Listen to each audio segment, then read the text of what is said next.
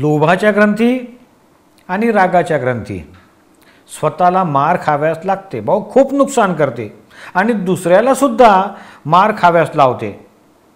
परमेश्वराने भगवानांनी लोभाच्या ग्रंथी असणाऱ्यांना सांगितलं दान करा.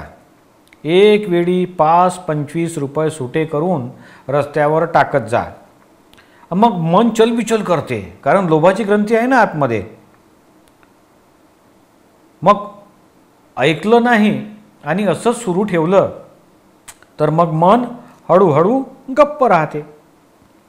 जेव्हा ज्ञानी पुरुषाची ग्रंथी फुटते तेव्हा तो ग्रंथीस बघतो आणि जाणतो. ज्ञानी पुरुषाच्या आज्ञेने शुद्धात्मदृष्टीने मनाच्या ग्रंथीवर नजर टाकत गेलात तर ह्या ग्रंथी हळूहळू विरघळतात.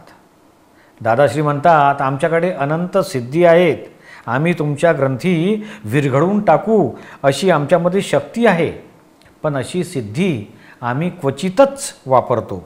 आम्ही तुम्हाला रस्ता दाखवतो की या ग्रंथी फुटतात असा तुम्हाला अनुभव आला तर तुम्हाला तुमची फिल्म बघायला मिळेल ना. अहो, मनाला खूप मळ लागलेला आहे. दादाश्री म्हणतात, माझ्या ज्ञानाच्या वाक्याचा चांगल्या प्रकारे उपयोग केला तर मळ धुवून निघेल.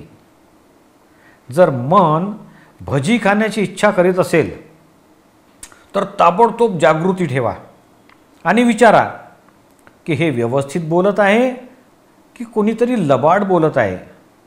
3 वेळा ठोके झाले तर समजून जा की हे व्यवस्थित आहे. शरीराला जरुरी पुरतं जर अन्न मिळत राहिलं तर मन बुद्धी ठिकाणावर राहील. तरीसुद्धा आमच्या ज्ञानामध्ये ग्रहण त्याग नाही. मनाला नेहमी खाद्य पाहिजे ना, दाब प्रेशर पाहिजे. गर्दीतच एकांत असतो आणि एकांतात तर मन बेचैन असते. आमचे ज्ञान घेतलेले महात्मे संसारामध्ये निर्लेप राहतात आणि खूप गर्दीत एकांत अनुभवतात.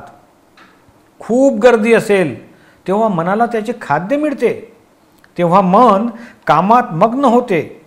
शुद्धात्मा एकटाच असतो आणि परमानंद प्राप्त करतो.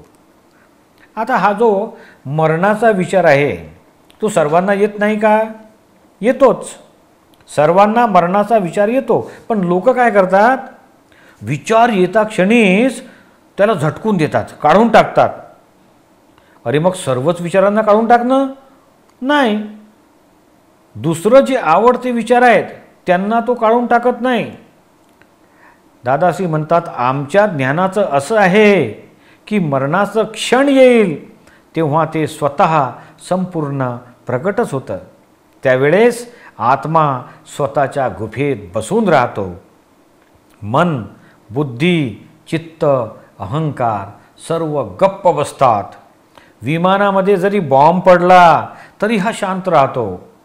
तेव्हा मरणाच्या वेळेस समाधी लागते.